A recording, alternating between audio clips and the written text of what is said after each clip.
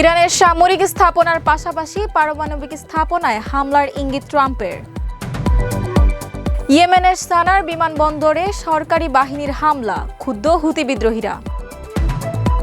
সেমিফাইনালে ব্যক্তিগত নৈপুণ্য নাকি কৌশলের লড়াই, স্নায়ু লড়াইয়ের আগে প্রস্তুত ইংল্যান্ড বনাম আর্জেন্টিনা। আসসালামু আলাইকুম, স্বাগত আজকের বিশ্বের আলোচিত শীর্ষ সংবাদ উইন্ডো ওয়ার্ল্ডে। সঙ্গে আছে আমি মেহেরিন খান। এতক্ষণ শুনছিলেন সংবাদ শিরোনাম, এবারে জানিয়ে দেব বিস্তারিত। হরমুজ প্রণালীর নিয়ন্ত্রণ ও নিরাপত্তা নিয়ে উত্তেজনার জেরে ইরানের রাতভর ব্যাপক হামলা চালিয়েছে মার্কিন বাহিনী। মার্কিন প্রেসিডেন্ট ডোনাল্ড ট্রাম্প ইরানের সামরিক স্থাপনার পাশাপাশি পারমাণবিক স্থাপনায় হামলার ইঙ্গিত দিয়েছেন এবং ওই অঞ্চলে কার্গো জাহাজ থেকে 20% মাশুল আদায়ের ঘোষণা দিয়েছেন।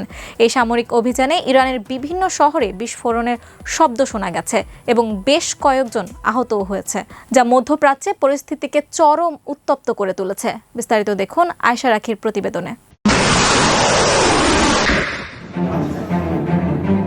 হরমুজ প্রণালী নিয়ন্ত্রণ ও ভূ রাজনৈতিক অস্থিরতাকে কেন্দ্র করে ইরানের রাতভর ব্যাপক সামরিক হামলা চালিয়েছে যুক্তরাষ্ট্র। 14 জুলাই মার্কিন সেন্ট্রাল কমান্ড সেন্টকম নিশ্চিত করেছে যে প্রণালীতে জাহাজ চলাচলে বাধা সৃষ্টি ও সামরিক কর্মকাণ্ডে জড়িত থাকার অভিযোগে ইরানের উপকূলরক্ষী ঘাঁটি এবং গুরুত্বপূর্ণ স্থাপনাগুলো লক্ষ্য করে এসব হামলা চালানো হয়েছে।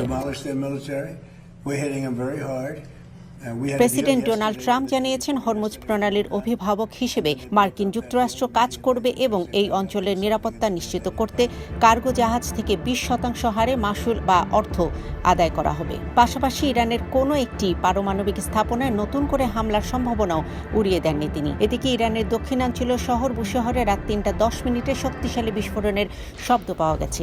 এছাড়া দক্ষিণ পশ্চিমাঞ্চলীয় খুজেস্তান প্রদেশের ওমিদিয়া শহরে মার্কিন ক্ষেপণাস্ত্র হামলায় অন্তত 4 জন আহত হয়েছেন বলেও জানা গেছে। এই পরিস্থিতিতে ইরান সরকার আনুষ্ঠানিকভাবে কোনো প্রতিক্রিয়া না দিলেও হরমুজ প্রণালীতে মার্কিন অবরোধ ও সামরিক উপস্থিতি মধ্যপ্রাচ্যের পরিস্থিতিকে চরম উত্তেজনার দিকে ঠেলে দিয়েছে এবং পূর্বের শান্তি সমঝোতা ভেস্তে গেছে, যে কারণে বিশ্বজুড়ে জ্বালানি সরবরাহ, নৌ নিরাপত্তা ও ভূ রাজনৈতিক স্থিতিশীলতাকে বড় ধরনের ঝুঁকির মুখে ঠেলে দিয়েছে। ইয়েমেনের সরকারি বাহিনী ইরান সমর্থিত হুতি বিদ্রোহীদের দ্বারা নিয়ন্ত্রিত সানার আন্তর্জাতিক বিমানবন্দরে হামলা চালালে দেশটির সব বিমানবন্দর অনির্দিষ্টকালের জন্য বন্ধ ঘোষণা করা হয়েছে। ইরান থেকে আসা একটি বিমানকে অবৈধভাবে অবতরণের সুযোগ দেওয়ার অভিযোগ এনে সরকারি বাহিনী রানওয়েতে এই হামলা চালায়। এই ঘটনার তীব্র নিন্দা জানিয়ে হুতি বিদ্রোহীরা হামলার কঠোর জবাব দেওয়ার হুমকি দিয়েছে, যার ফলে দেশটিতে চরম মানবিক ও অস্থিতিশীল পরিস্থিতি সৃষ্টি হয়েছে। বিস্তারিত দেখুন আয়শা রাখির প্রতিবেদনে। ইয়েমেনের রাজধানী সানার আন্তর্জাতিক বিমানবন্দরে দেশটির সরকারি বাহিনীর ভয়াবহ হামলার পর দেশজুড়ে সব ধরনের বিমান চলাচল অনির্দিষ্টকালের জন্য বন্ধ ঘোষণা করা হয়েছে। 13 জুলাই দেশটির বেসামরিক বিমান চলাচল কর্তৃপক্ষ এক জরুরি বিজ্ঞপ্তিতে এই তথ্য জানিয়েছে। পরবর্তী নির্দেশ না দেওয়া পর্যন্ত আকাশপথের সকল কার্যক্রম স্থগিত থাকবে বলে জানানো হয়েছে। হামলার মূল কারণ হিসেবে ইয়েমেন সরকার জানিয়েছে, ইরান থেকে আসা একটি বিমানকে আকাশসীমা লঙ্ঘন করে অবৈধভাবে অবতরণের সুযোগ করে দিচ্ছিল হুথি বিদ্রোহীরা। রাজধানী সানা বর্তমানে ইরান সমর্থিত হুথি বিদ্রোহীদের দখলে রয়েছে। অন্যদিকে সৌদি আরব ও উপসাগরীয় দেশগুলোর সমর্থনে সরকারি বাহিনী বন্দরনগরী এডেন নিয়ন্ত্রণ করছে। সরকারি বিবৃতিতে বলা হয়, হুথিরা তাদের নিজস্ব একটি বিমান অবতরণে বাধা প্রদান করে এবং ইরানের একটি বিমানকে জোরপূর্বক নামানোর চেষ্টা করে। এই অনাকাঙ্ক্ষিত পরিস্থিতি মোকাবেলা ও আকাশসীমা রক্ষার স্বার্থে সানা বিমানবন্দরের রানওয়ে লক্ষ্য করে এই সামরিক পদক্ষেপ নেওয়া হয়েছে।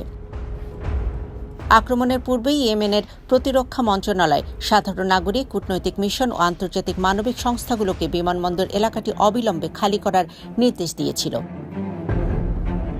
এদিকে বিমানবন্দরের অবকাঠামোতে এই হামলার জন্য সরাসরি সৌদি আরব ও বর্তমান সরকারকে দায়ী করেছে হুথি বিদ্রোহীরা। গোষ্ঠীর সামরিক মুখপাত্র ইয়াহিয়া সারি এক কঠোর হুঁশিয়ারি দিয়ে বলেছেন, এই হামলার কঠোর ও যথাযথ জবাব দেওয়া হবে।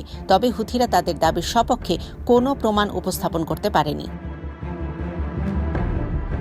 বর্তমানে ইয়েমেনের আকাশসীমা বন্ধ হওয়ায় মানবিক সহায়তা কার্যক্রম ও সাধারণ যাত্রীদের চলাচল সম্পূর্ণভাবে থমকে দাঁড়িয়েছে, যা দেশটিতে বিদ্যমান অস্থিতিশীল পরিস্থিতিকে আরও জটিল করে তুলেছে। ব্যক্তিগত জাদুকর বনাম কৌশলগত মাস্টার মাইন্ড। সেমিফাইনালের এই হাই ভোল্টেজ ম্যাচে ইংল্যান্ডের গতি আর আর্জেন্টিনার ধৈর্যের লড়াইয়ে শেষ হাসিটি কার হবে? শ্রেষ্ঠত্বের এই লড়াইয়ে স্নায়ুচাপ সামলে কারা কাটবে ফাইনালের টিকিট? বিস্তারিত দেখুন ডেস্ক রিপোর্টে। বিশ্বকাপের সেমিফাইনালে মুখোমুখি হচ্ছে ইংল্যান্ড ও আর্জেন্টিনা। দুটি দলই এবারের আসরে নিজেদের ভিন্নধর্মী কৌশলের পরিচয় দিয়ে এখানে পৌঁছেছে। থমাস টুখেলের ইংল্যান্ড যেখানে গতি ও ব্যক্তিগত নৈপুণ্যের উপর ভরসা করছে, সেখানে লিওনেল স্ক্যালোনির আর্জেন্টিনা অনন্য ম্যাচ রিডিং ও কৌশলগত নমনীয়তার মিশেলে অপ্রতিরোধ্য হয়ে উঠেছে। ইংল্যান্ডের মূল অস্ত্র জুড বেলিংহাম ও হ্যারি কেইনের লিঙ্কিং প্লে। বেলিংহামের অপ্রত্যাশিত রান আর কেইনের নিচে নেমে এসে জায়গা তৈরির ক্ষমতা প্রতিপক্ষের রক্ষণকে তছনছ করে দিচ্ছে।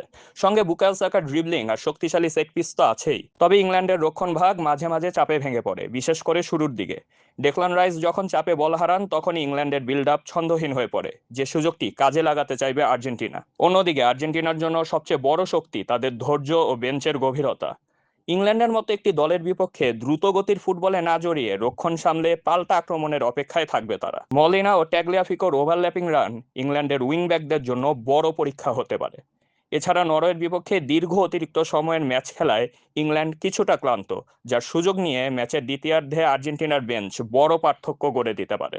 ব্যক্তিগত জাদুকর নাকি কৌশলী মাস্টারমাইন্ড, কার কৌশল মাঠের লড়াইয়ে জয়ী হবে? সেমিফাইনালের এই হাই ভোল্টেজ ম্যাচে স্নায়ুর লড়াইটাই হতে যাচ্ছে আসল নিয়ামক। ফুটবল বিশ্বের নজর এখন কেবল অ্যাটলান্টা স্টেডিয়ামের সেই বাঁশির অপেক্ষায়।